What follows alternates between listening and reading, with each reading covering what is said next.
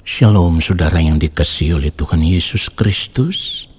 Mari siapkan hati kita untuk masuk di dalam mezbah syukur hari ini.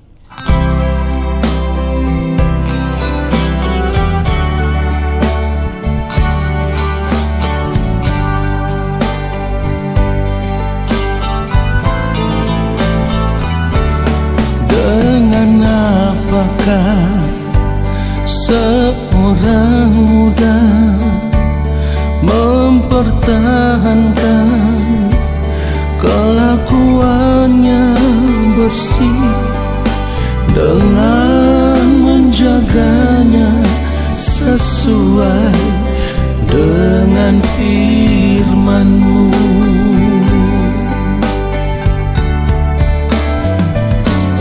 Dengan apakah seorang muda mempertahankan kelakuannya bersih dengan menjaganya sesuai dengan firman-Mu?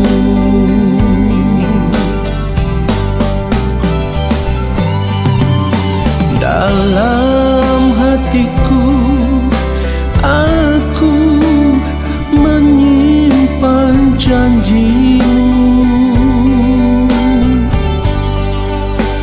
supaya aku jangan berdosa terhadap Engkau.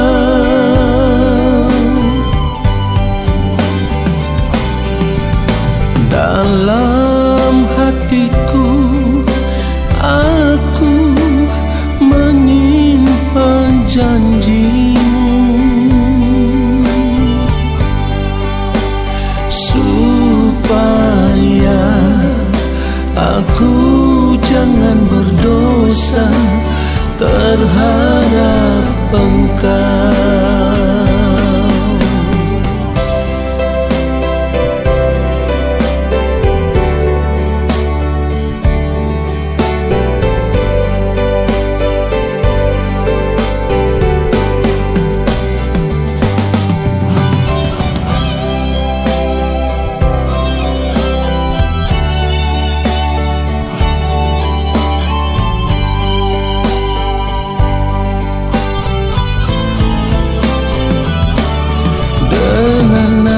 Apakah seorang muda mempertahankan kelakuannya bersih dengan menjaganya sesuai dengan firman-Mu?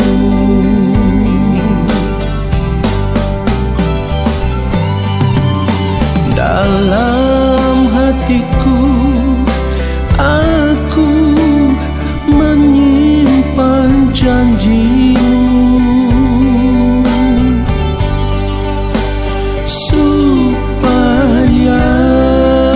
aku jangan berdosa terhadap Engkau.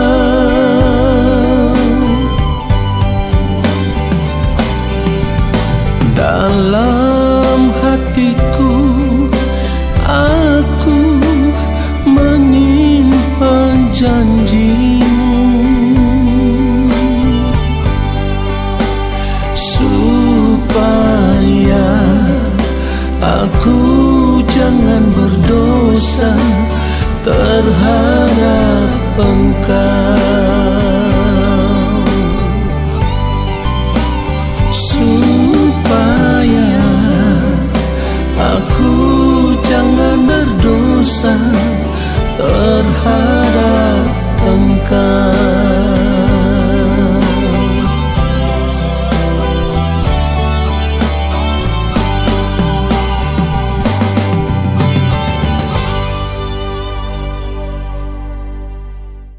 Mari kita berdoa. Bapa yang Maha Kudus, saat ini kami kembali ada di hadapan Bapa dan kami mempersiapkan hidup kami, hati kami, Kami buka hati kami untuk menerima kebenaran firman-Mu saat ini. Kiranya Bapa berkenan menyampaikan isi hati Bapa kepada kami. Lalu Roh Kudus Tuhan mengajarkan kami, memberikan kepada kami hikmat pengertian, supaya kami boleh mengerti setiap kebenaran firman-Mu ya Allah. Lalu ketika kami mengerti, biarlah kami hidup seturut firman-Mu di sepanjang sisa hidup kami, ketika kami masih hidup di dunia ini. Di dalam nama Tuhan Yesus Kristus, kami siapkan hati kami untuk menerima kebenaran firman Tuhan saat ini. Haleluya. Amin. Saudara yang dikasihi oleh Tuhan Yesus Kristus, kita akan membaca kebenaran firman Tuhan. 1 Yohanes pasal yang ketiga. Kita akan membaca mulai ayat yang ke-6 sampai dengan ayatnya yang ke-9. Karena itu, setiap orang yang tetap berada di dalam Dia tidak berbuat dosa lagi. Setiap orang yang tetap berbuat dosa tidak melihat dan tidak mengenal Dia. Ayat 7, anak-anakku, janganlah membiarkan seorang pun menyesatkan kamu.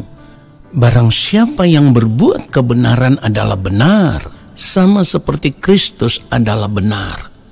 Ayat 8, barang siapa yang tetap berbuat dosa berasal dari iblis, sebab iblis berbuat dosa dari mulanya. Untuk inilah anak Allah menyatakan dirinya, yaitu supaya ia membinasakan perbuatan-perbuatan iblis itu. Ayat 9, setiap orang yang lahir dari Allah tidak berbuat dosa lagi, sebab benih ilahi tetap ada di dalam dia, dan ia tidak dapat berbuat dosa karena ia lahir dari Allah. Saudara yang dikasihi oleh Tuhan Yesus Kristus, sebagai orang percaya, kita harus benar-benar menyadari bahwa apapun yang kita lakukan selama kita masih hidup di dunia ini harus benar-benar berkenan kepada Allah, ya. Harus benar-benar benar di hadapan Allah. Jadi semua perbuatan kita, apapun yang kita lakukan, sampai kepada setiap gerak pikiran, perkataan, sikap, bahkan perasaan kita, itu harus benar-benar berkenan kepada Allah. Harus benar-benar benar di hadapan Allah, saudaraku. Inilah yang harus kita perjuangkan. Inilah yang menjadi persoalan hidup yang utama yang harus kita selesaikan, yaitu bagaimana kehidupan kita bisa ditemukan benar-benar benar di hadapan Allah.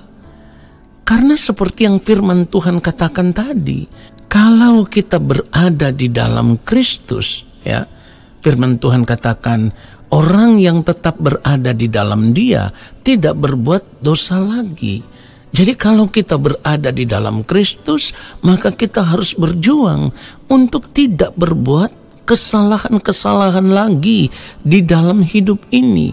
Sekecil apapun kesalahan itu, kita harus berusaha supaya menghindari setiap kesalahan, perbuatan-perbuatan yang tidak berkenan di hadapan Allah Bapa di sorga. Ingat saudaraku, sudah seringkali saya katakan bahwa kita harus mengerti dosa itu bukan sekedar melakukan pelanggaran-pelanggaran moral umum, tetapi segala sesuatu, apapun itu, yang kita lakukan tidak sesuai dengan pikiran dan perasaan Allah, itu adalah dosa. Itu kemelesetan, artinya tidak tepat seperti yang Allah kehendaki. Nah, sebagai anak-anak Allah, ketika kita berada di dalam Kristus, kita harus berjuang supaya tindakan hidup kita tetap berkenan di hadapan Allah Bapa di sorga. Jangan sampai kita berada di dalam Kristus, tetapi tindakan hidup kita semua menjadi tindakan hidup yang sia-sia. Artinya tindakan hidup yang pada akhirnya bisa menggiring kita kepada kebinasaan. Karena setiap kesalahan itu pasti ada hukumannya. Allah tidak pernah membiarkan orang yang bersalah bebas dari hukuman. Kita harus mengerti akan kebenaran firman Tuhan ini, saudaraku. Saudara, kalau kita melihat Nahum pasal 1, ayatnya yang ketiga, bagian pertama saja, lalu kita baca, Tuhan itu panjang sabar dan besar kuasa, tetapi Ia tidak sekali-kali membebaskan dari hukuman orang yang bersalah. Saudara, perhatikan itu.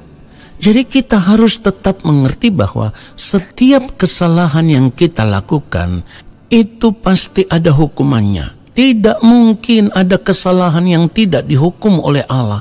Firman Tuhan katakan dengan jelas, Tuhan tidak akan membiarkan, Tuhan tidak akan membebaskan dari hukuman orang yang bersalah. Lalu kalau kita kembali, kita melihat kebenaran firman Tuhan yang kita baca tadi di dalam 1 Yohanes pasal yang ketiga, saudaraku. Kebenaran firman Tuhan itu menekankan kepada kita supaya kita tidak boleh berbuat dosa lagi. Kalau kita masih berbuat dosa, itu menunjukkan bahwa kita bukan anak Allah. Setiap orang yang masih tetap berbuat dosa, dia anak iblis. Firman Tuhan katakan dengan jelas, barang siapa yang tetap berbuat dosa berasal dari iblis. Saudara, perhatikan itu. Kalau kita benar-benar menyadari bahwa kita terpanggil di dalam Kristus, ketika kita menerima Kristus, kita diberi kuasa supaya menjadi anak-anak Allah, maka mari kita berjuang supaya hidup di dalam kebenaran. Jangan berbuat dosa lagi, jangan berbuat kesalahan-kesalahan lagi di dalam hidup ini. Inilah perjuangan hidup kita yang terberat, saudaraku, bukan yang lain. Kita harus berjuang supaya di sepanjang sisa umur hidup kita ditemukan berkenan di hadapan Allah Bapa di sorga. Ingat sekali lagi, anak-anak Allah, orang yang lahir daripada Allah, tidak berbuat dosa lagi. Saudara, perhatikan itu.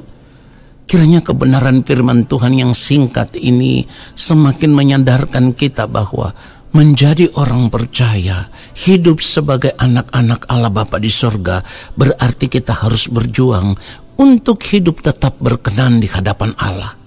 Saudara, mari kita kembali kepada Bapa. Kita kembali hidup di dalam kebenaran, hidup di dalam kesucian, hidup di dalam kekudusan. Jangan sampai terlambat. Sekali lagi, jangan sampai terlambat. Karena ketika waktu Tuhan tiba bagi kita ditemukan di dalam keadaan tidak berkenan di hadapan Allah Bapa di sorga, di dalam keadaan berdosa, maka kehidupan kita menjadi kehidupan yang tidak berkenan di hadapan Allah. Kiranya kebenaran firman Tuhan ini memberkati kita semua. Mari kita berdoa, saudaraku. Bapa, kami menyadari sungguh bahwa di dalam perjalanan kehidupan kami masih seringkali meleset. Kami masih seringkali melakukan perbuatan-perbuatan yang tidak sesuai dengan apa yang Bapa kehendaki. Kami masih seringkali melakukan perbuatan-perbuatan yang tidak sesuai dengan pikiran dan perasaan-Mu, ya Allah. Ampunilah kami, anak-anak-Mu. Dan Roh Kudus Tuhan kiranya memberikan kepada kami kekuatan yang baru, supaya di sepanjang sisa umur hidup kami mau berjuang untuk tetap hidup di dalam kesucian, hidup di dalam kekudusan. Kami mau berjuang untuk tetap tinggal di dalam kebenaran-Mu, ya Allah, supaya hidup kami senantiasa berkenan di hadapan Bapa. Di dalam nama Bapa, Anak dan Roh Kudus, yaitu di dalam nama Tuhan Yesus Kristus, kami bersyukur untuk kebenaran firman Tuhan saat ini. Dan saat ini kami mau mengangkat tangan di hadapan Bapa. Kami percaya Engkau akan menurunkan tangan dan memberkati setiap kami. Turunlah atas kehidupan kami segala berkat kasih karunia daripada Allah Bapa di sorga. Rahmat cinta kasih yang berlimpah-limpah dari Gembala Agung yang mulia Tuhan Yesus Kristus, di dalam persekutuan yang manis dengan Roh Allah yang kudus, menyertai langkah hidup kami dan memberkati kami sekarang dan sampai selama-lamanya. Amin. Saudaraku, selamat menjalankan aktivitas di sepanjang hari ini. Tuhan Yesus memberkati kita semua. Sampai jumpa dalam Mesbah Syukur besok hari. Shalom.